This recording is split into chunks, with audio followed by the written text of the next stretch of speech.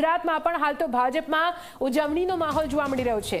ભાજપ પ્રદેશ કાર્યાલય ખાતે જીતની ઉજવણી કરવામાં આવી રહી છે। 5 રાજ્યોના ચૂંટણી પરિણામો અંગે ઉજવણી કરવામાં આવી રહી છે। ગાંધીનગર કમલમ ખાતે બંગાળની ભવ્ય જીતની ઉજવણી થશે।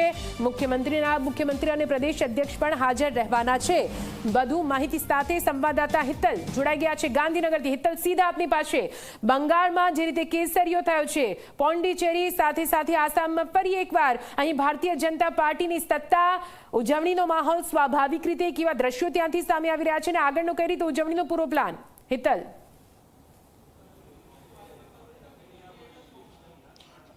નિધિ, ચોક્કસ એવું કહી શકાય કે બંગાળની જીત છે એ ભાજપ માટે એક ઐતિહાસિક જીત ગણવામાં આવે છે અને તેની ઉજવણી ભાજપના કમલમ કાર્યાલય કોબા ખાતે કરવામાં આવશે। એ પ્રકારે ધીરે ધીરે હવે અહીંયા તમામ નેતાઓ છે એકત્રિત ધીમે ધીમે થશે। સત્તાવાર રીતે હજુ જાહેરાત કરવામાં નથી આવી અને આ જાહેરાત જે છે જે અંતર્ગત 2 વાગ્યા બાદ આ ઉજવણી કરવામાં આવે તેવી શક્યતાઓ સીધી રીતે જોવામાં આવી રહી છે। મુખ્યમંત્રી પણ આવશે।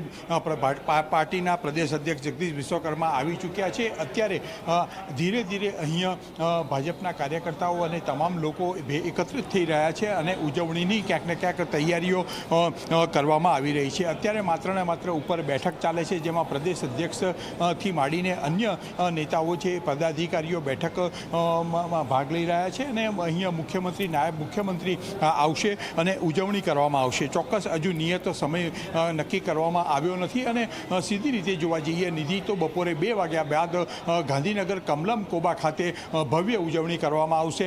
ઝાલમુરી જે આખી વાત છે, પ્રધાનમંત્રી નરેન્દ્ર મોદીએ જે રીતે પશ્ચિમ બંગાળમાં ઝાલમુરી ખાધી હતી એટલે એ જ પ્રકારે અહીંયા ઝાલમુરી બનાવવામાં આવશે।